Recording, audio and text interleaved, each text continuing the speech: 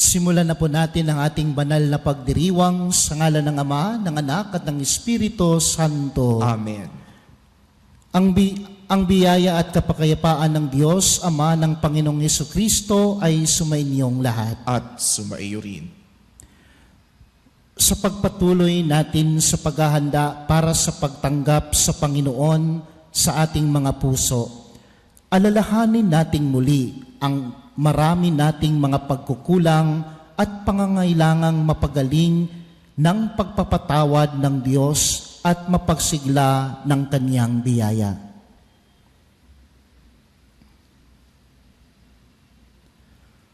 Panginoong Hesus, Ikaw ang Mesiyas na naghahatid ng tunay na katarungan at kapayapaan.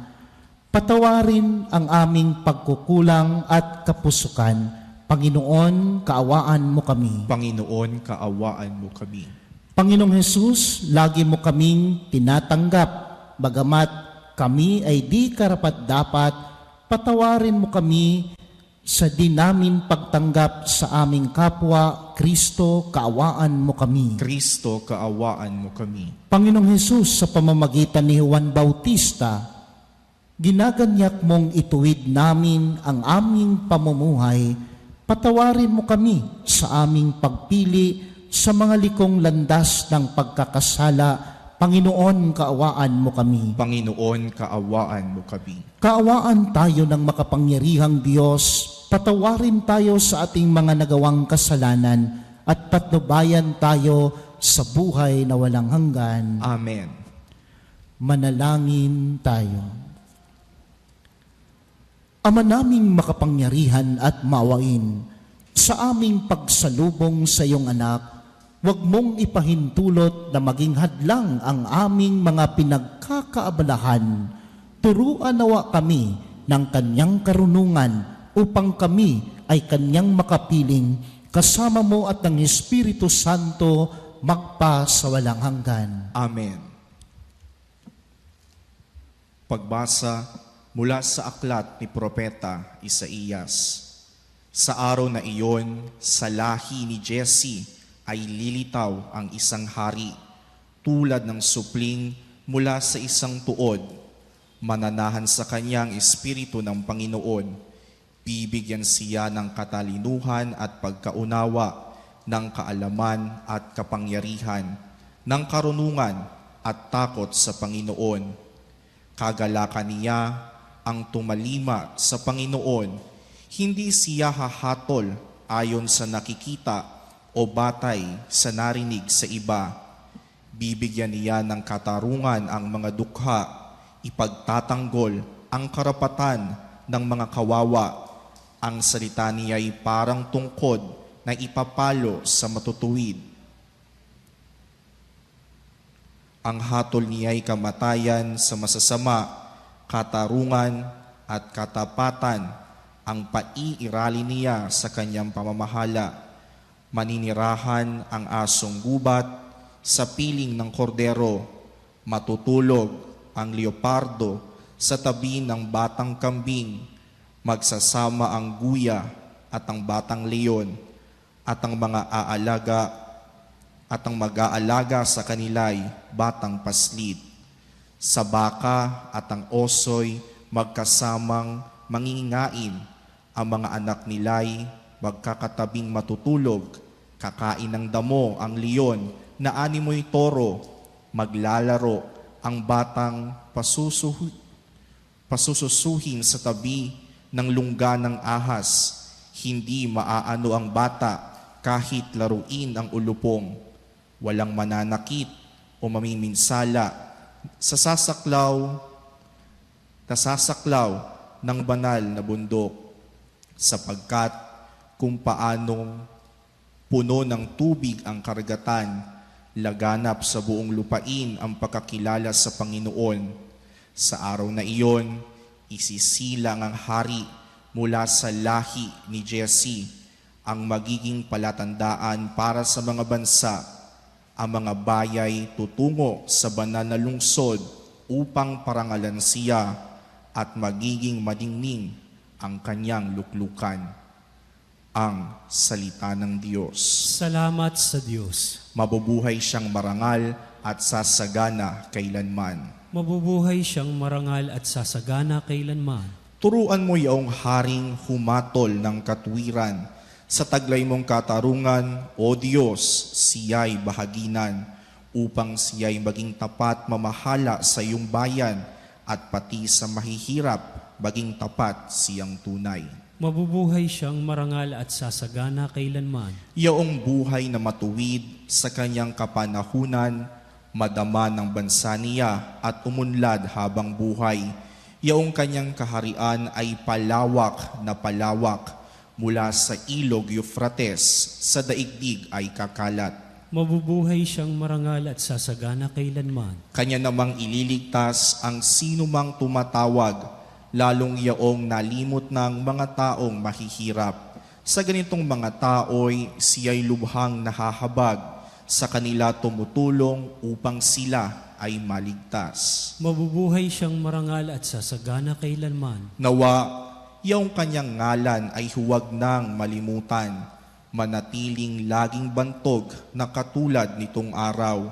Nawa, siya ay purihin ng lahat ng mga bansa, at sa Diyos silang lahat dumadalangin. Hari nawa, pagpalain kaming lahat, tulad niyang pinagpala. Mabubuhay siyang marangal at sasagana kailanman. Ikalawang pagbasa mula sa sulat ni Apostol San Pablo sa mga taga-Roma. Mga kapatid, anumang nasa kasulatan noon, pangunay ay nasulat sa ikatututo natin, sapagkat lumalakas ang ating loob at nagkakaroon ng pag-asa kapag binabasa natin ang mga aral na matatagpuan dito. Loobin nawa ng Diyos na nagpapatatag at nagpapalakas ng loob na mamuhay kayong may pagkakaisa kay Kristo Jesus. Sa gayon, sama-sama kayong magpuri sa Diyos at Ama ng ating Panginoong Hesukristo. Kung paanong kayo'y malugod na tinanggap ni Kristo, gayon din ang gawin ninyo sa isa't isa upang maparangalan ninyo ang Diyos. Sinasabi ko sa inyo, si Kristo'y naging lingkod ng mga Hudyo upang ipakilala na tapat ng Diyos at tinutupad ang mga pangako niya sa mga patriarka, at ang mga Hintil na may magpuri sa Diyos dahil sa kanyang habag. Ayon sa sinasabi ng kasulatan, kaya't papupurihan kita sa harapan ng mga Hintil at aawitan ko ang iyong pangalan. Ang salita ng Diyos. Salamat sa Diyos. Daan ng poong nariyan na, tuwait ihanda sa Kanya, pagtubos niya'y makikita. Sumainyo ang Panginoon. At sumaiyo rin. Ang mabuting balita ng Panginoon ayon kay San Mateo. Papuri sa iyo, Panginoon. Noong panahong iyon, si Juan Bautista ay dumating sa ilang ng Judea at nagsimulang mangaral. Sinabi niya, pagsisihan ninyo at talikdan ang inyong mga kasalanan sapagkat malapit nang maghari ang Diyos. Si Juan ang tinutukoy ni Propeta Isaias nang sabihin nito, ito ang sabi ng isang sumisigaw sa ilang, ihanda ninyo ang daraanan ng Panginoon, tuwirin ninyo ang kanyang mga landas. Hinabing balahibo ng kamelyo ang damit ni Juan, at balat ang kanyang pamigkis. Ang kanya namang pagkain, balang at pulot-pukyutan. At pumunta sa kanya ang mga taga-Jerusalem, taga-Judea, at mga naninirahan sa magkabilang panig ng Jordan. Ipinahayag nila ang kanilang mga kasalanan at sila'y bininyagan ni Juan sa ilog Jordan. Ngunit nang makita niyang marami sa mga Pariseo at mga Saduceo ang lumapit upang magpabinyag, sinabi niya sa kanila, kayong lahi ng mga ulupong, sino ang nagbabala sa inyo upang tumakas sa parusang darating. Ipakilala ninyo sa pamamagitan ng inyong pamumuhay sa kayo'y nagsisisi. At huwag ninyong ipangahas na kayo'y anak ni Abraham. Sinasabi ko sa inyo, ang Diyos ay makalilikha ng mga tunay na anak ni Abraham mula sa mga batong ito. Ngayon pa'y nakaamba na ang mga palakol sa ugat ng punong kahoy. Ang bawat punong kahoy na hindi mabuti ang bunga ay puputulin at ihahagis sa apoy. Binibinyagan ko kayo sa tubig bilang tanda ng pagsisisi ninyo at pagtalikod sa inyong mga kasalanan. Ngunit ang dumarating na kasunod ko ang magbibinyag sa inyo sa Espiritu Santo at apoy. Siya'y makapangyarihan kay sa akin.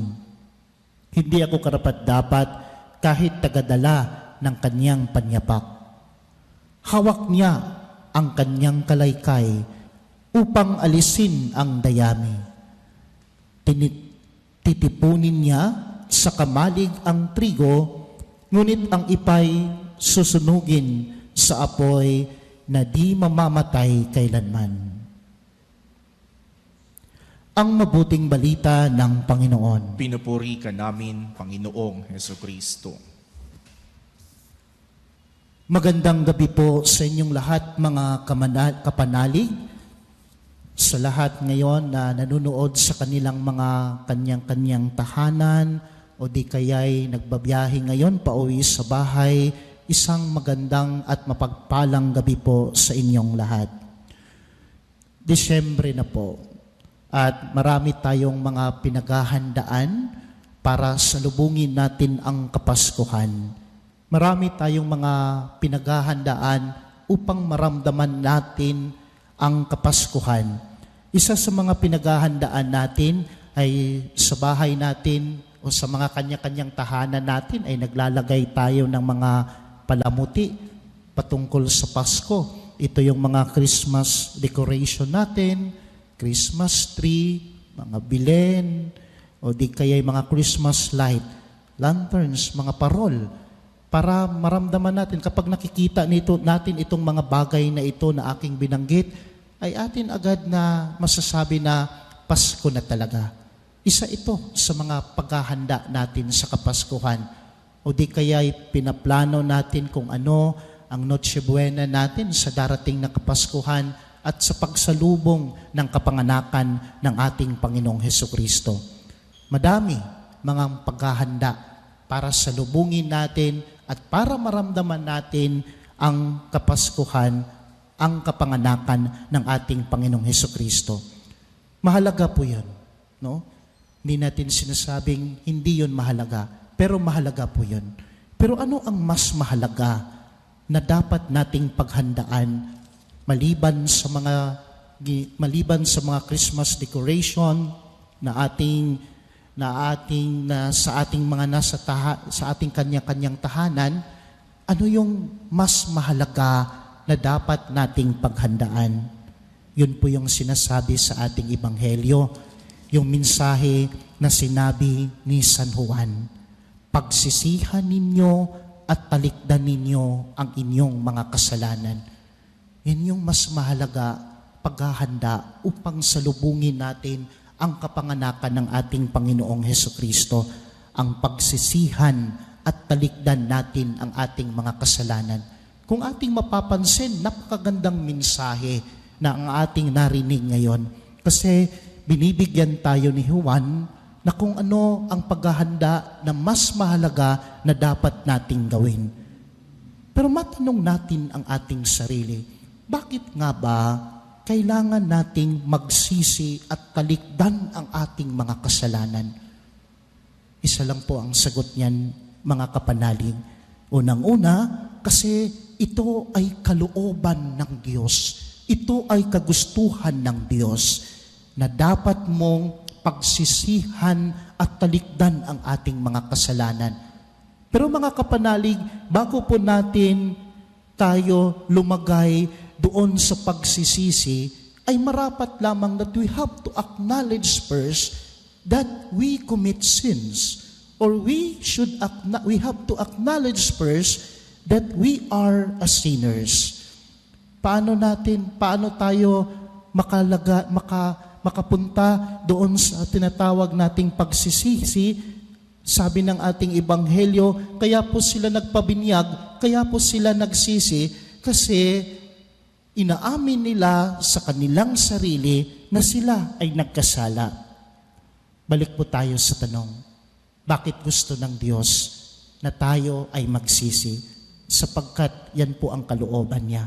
Kalooban po ito ng Diyos. Kagustuhan po ito ng Diyos. Bakit po ito kalooban ng Diyos at kagustuhan ng Diyos? Sapagkat ayaw Kanya na mabigatan sa kasalanan na iyong nagawa. Kasi po mga kapanalig, kapag malaki na po ang kasalanan natin, kapag nasa estado na po tayo sa kasalanan, napakabigat po ng ating kalooban.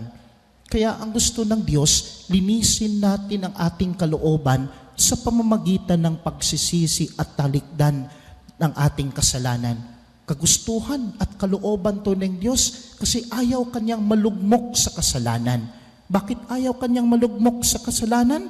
Kasi He wants you to be in the state of grace instead in the state of sin. Sapagkat gusto ng Diyos ilapit sa iyo ang Kanyang pagpapala at grasya. Pero minsan, hindi natin madama ang pagpapala at grasya ng Diyos sapagkat nasa estado tayo ng kasalanan. At ang kasalanan ang tanging naghahadlang upang makapasok ang grasya ng Diyos sa buhay natin. So paano natin ito wawalain? Sa pamamagitan ng pagsisisi at talikdan ang ating kasalanan. Kaya yan po ang napakagandang mensahe at ang paghahanda upang salubungin natin ang Kapaskuhan at upang salubungin natin ang kapanganakan ng ating Panginoong Jesucristo. Pagsisisi at talikdan ang ating kasalanan. Bakit? Sapagkat ito ang kagustuhan ng Diyos. At bakit ito kagustuhan at kalooban ng Diyos? Kasi ayaw Kanyang mabigatan sa mga kasalanan na iyong nagawa sa buhay. Gusto niya malinis ang iyong kalooban. Gusto niya malinis ang iyong puso. Kasi nga gusto niya na makapasok at manahan sa puso mo, sa buhay mo, na walang tanging nakakahadlang. At bakit may hadlang para makapasok ang Diyos? Dahil nga sa kasalanan. Gusto ng Diyos na tayo ay lumagay sa estado ng Kanyang grasya sa halip na sa estado ng kasalanan. He wants you to be in the state of grace instead in the state of sin. Kalooban ng Diyos na pagsisihan mo at talikdan ang iyong mga kasalanan. Ipagpatuloy po natin ang ating banal na pagdiriwang sa pamamagitan ng pagpapahayag ng ating pananampalataya. Sumasampalataya ako sa Diyos, Amang makapangyarihan sa lahat, na may gawa ng langit at lupa. Sumasampalataya ako kay Jesucristo, iisang anak ng Diyos, Panginoon nating lahat.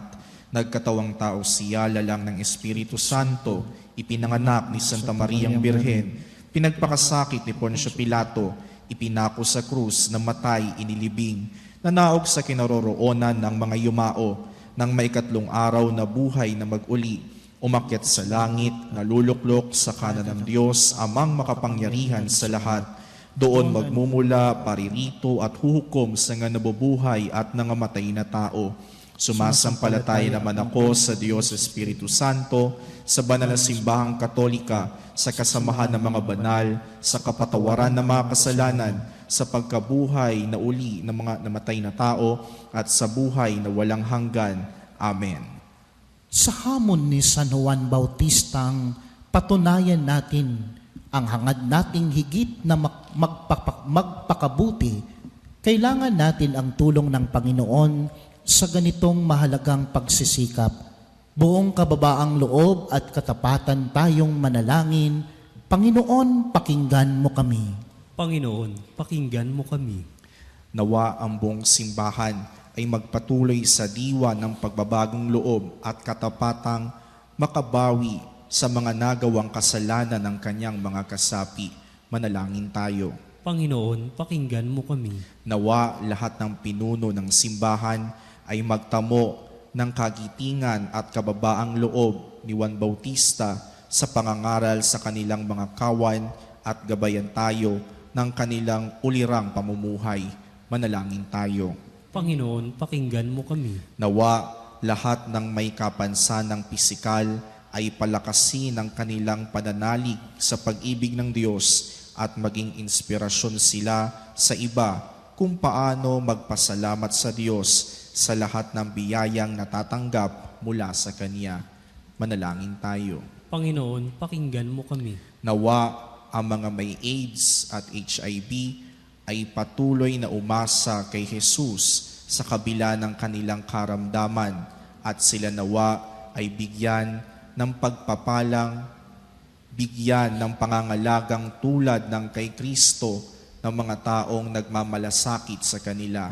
Manalangin tayo. Panginoon, pakinggan mo kami. Nawa bawat isa sa atin, ang ating mga mag-anak at mga pangkat na kinabibilangan ay makaiwas sa anumang makahahadlang sa ating pagtanggap kay Jesus. Manalangin tayo. Panginoon, pakinggan mo kami. Sa katahimikan ng ating mga puso, ating pong idulog sa Diyos ang ating mga personal na panalangin.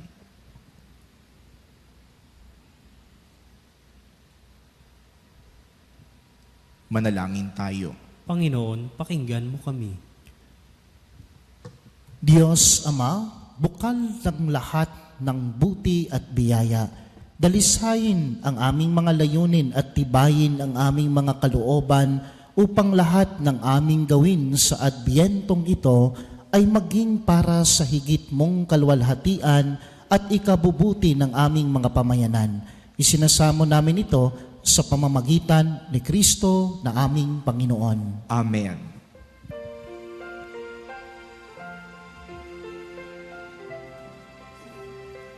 Alay namin sa iyong pagdating, kabuti at pag-asa, mga pusong tapat. Samo namin ay iyong dinggin, galak at kapayapaan, nawa'y kampi.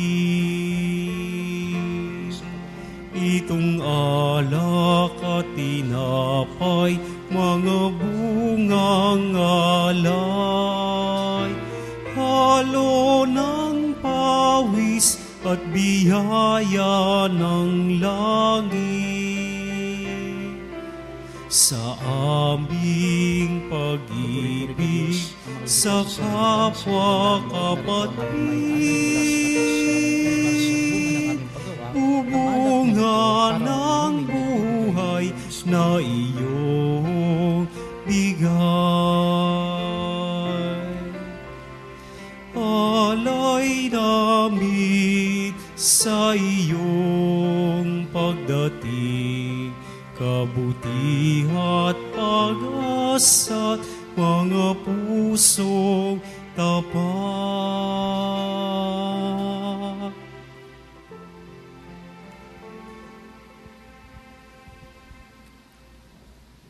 Manalangin kayo mga kapatid upang ang paghahain natin ay kalugdan ng Diyos amang makapangyarihan. Tanggapin nawa ng Panginoon itong paghahain sa iyong mga kamay sa kapurihan niya at karangalan, sa ating kapakinabangan at sa buong sambayanan niyang banal.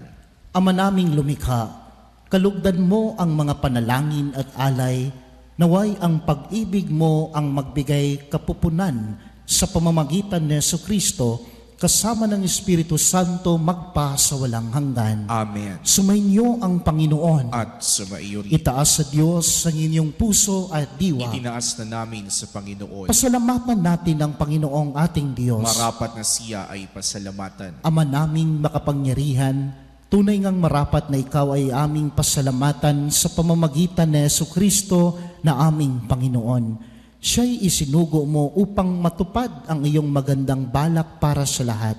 Hindi niya ikinahiyang mamuhay ng mahirap upang mapakisamahan niya kaming matapat. Siya'y naging hindi na iba sa amin upang maitampok niya kami sa iyong piling. Sa kanyang lantarang muling pagdating, ang pakikisama niya'y puspusang magniningning at ang pangako niya'y kapanapanabik ay inaasahan naming lubos na makakamit. Kaya kaisa ng mga anghel na nagsisiawit ng papuri sa iyo nang walang humpay sa kalangitan, kami ay nagbubunyi sa iyong kadakilaan.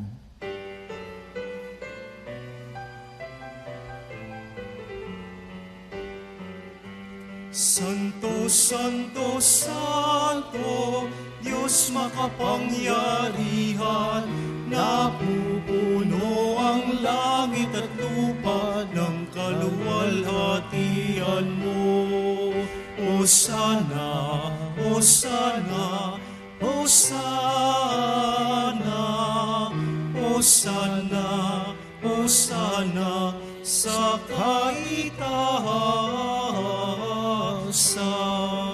Pinagpalang na paririto sa ngalan ng Panginoon. Hosana, Hosana, Hosana, Hosana, Hosana sa kaitaasan.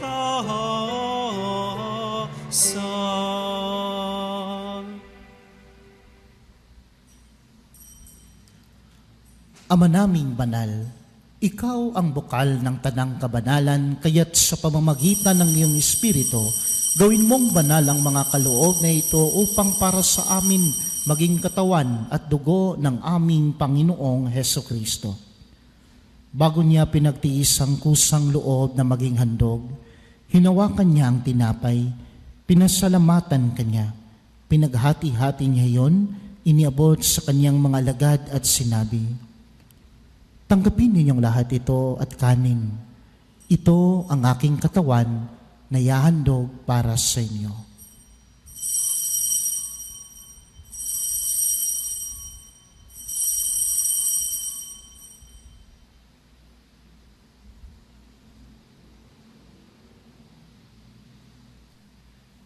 Gayon din naman, matapos ang hapunan, hinawakan niya ang kalis, muli kanyang pinasalamatan. Iniabot niya ang kalis sa kanyang mga lagad at sinabi, "Tanggapin ninyong lahat ito at inumin. Ito ang kalis ng aking dugo, ng bago at walang hanggang tipan. Ang aking dugo na ibubuhos para sa inyo at para sa lahat sa ikapagpapatawad ng mga kasalanan. Gawin niyo ito sa pag-alala sa akin."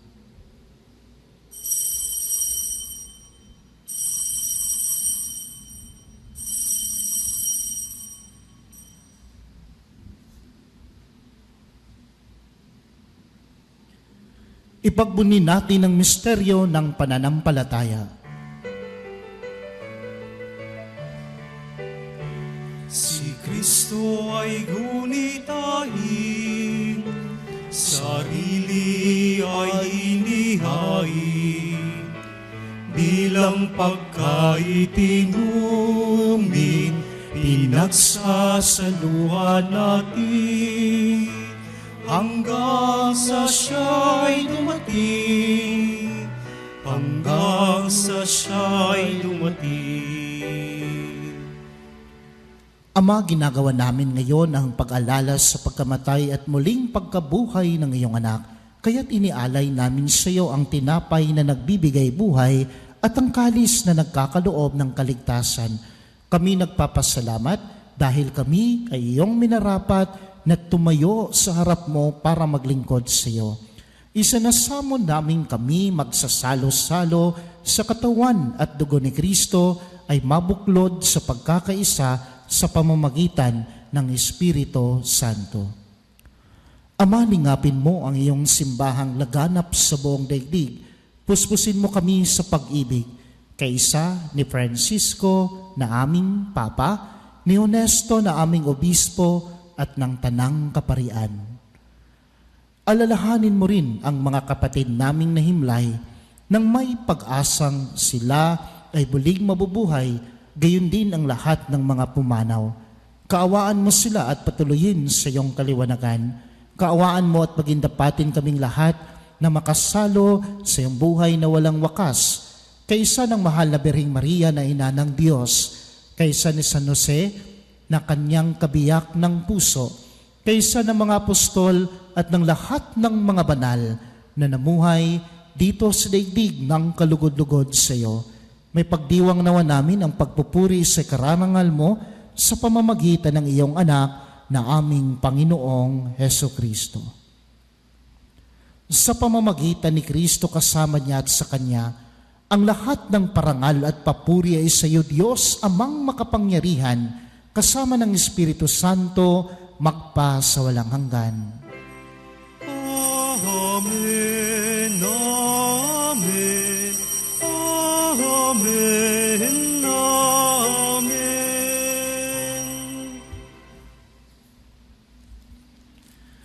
Sa tagubilin ng mga nakagaling na utos at turo ni Jesus na Panginoon natin at Diyos, ipahayag natin ng lakas loob.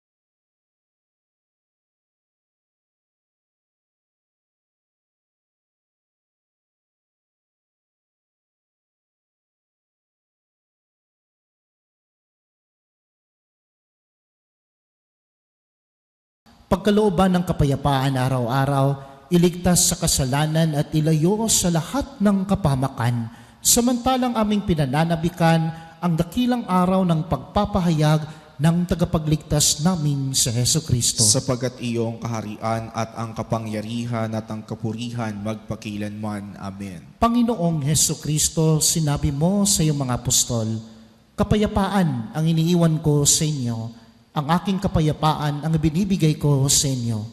Tungayan mo ang aming pananampalataya at huwag ang aming mga pagkakasala. Pagkalooban mo kami ng kapayapaan at pagkakaisa ayon sa iyong kalooban, kasama ng Espiritu Santo, magpa sa walang hanggan. Amen. Ang kapayapaan ng Panginoon ay laging sumainyong lahat. At sumaiyo rin. Mga kapanalig, magbigayan po tayo ngayon ng kapayapaan sa isa't isa. Kapayapaan po sa inyong lahat, mga kapanalig.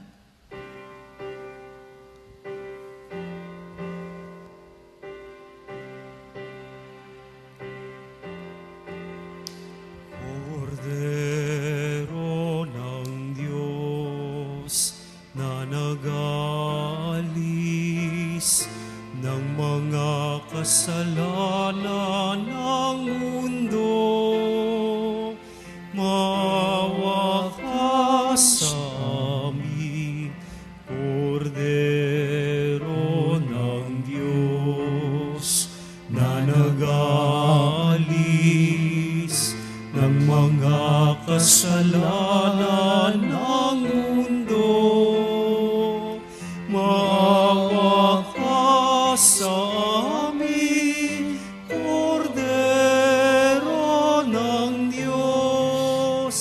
na nag-alis ng mga kasalanan ng mundo.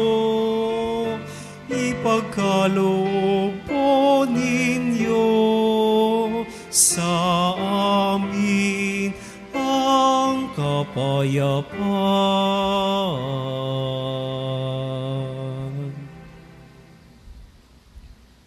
Narito ang kordero ng Diyos na nag-aalis ng mga kasalanan ng sanlibutan. Mapalad ang inaanyayahan sa kanyang piging. Panginoon, hindi ako karapat-dapat na magpatuloy sa iyo, ngunit sa isang salita mo lamang ay gagaling na ako.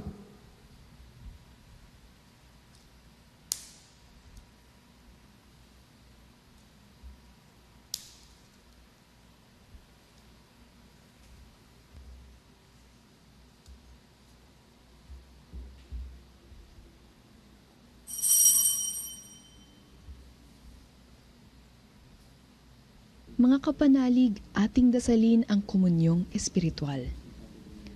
O Jesus, nananalig ako sa pananahan mo sa kabanal-banalang sakramento. Minamahal kita higit sa lahat at hangad ka ng aking kaluluwa. Hindi ko man matatanggap ngayon ang iyong katawan at dugo, inaasahan ko na patuloy kang mamumuhay sa aking puso. Naniniwala ako na narito ka at kaisa ka ng aking buong pagkatao. Huwag mong ipahintulot na mawalay ako sa iyo. Amen. Mga kapanalig, ating pong dasalin ng panalangin sa mahal na Birhen ng Katotohanan. O Birhen ng Katotohanan, Ina ni Jesus ang nagkatawang taong salita. Salamat sa iyong anak. Tinatanggap ko siya bilang aking katotohanan at kaligtasan. Sa pakikinig sa salita ng Diyos, tulungan mo akong maging malaya. Sa oras ng hirap at pagsubok, linawin mo sa akin na nasa krus ang tagumpay. Sa aking paglalakbay, akayin mo ako sa buhay ng paglilingkod at sa buhay na ganap at kasiyasiya. Kupkupin mo ako at ang aking mga kapanalig na nakikinig, natututo, at nagmamahalan. O Maria, Birhen ng Katotohanan, ipanalangin mo kami. O Jesus, ikaw ang daan, ikaw ang katotohanan, at ikaw ang buhay. Iligtas mo kami. Amen.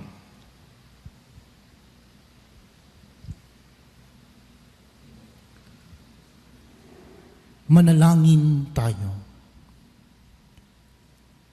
Ama naming mapagmahal, kaming pinapakinabang mo sa iyong banal na salo-salo ay turuan mong kumilala sa layunin na iyong mga nilikhang bagay na dapat naming gamitin upang kami ay sumapit sa iyong piling sa pamamagitan ni Jesucristo kasama ng Espiritu Santo magpa sa walang hanggan. Amen. Sumainyo ang Panginoon. At sumaiyo rin. Pagpalain kayo ng makapangyarihang Diyos, ang Ama, ang Anak, at ang Espiritu Santo. Amen.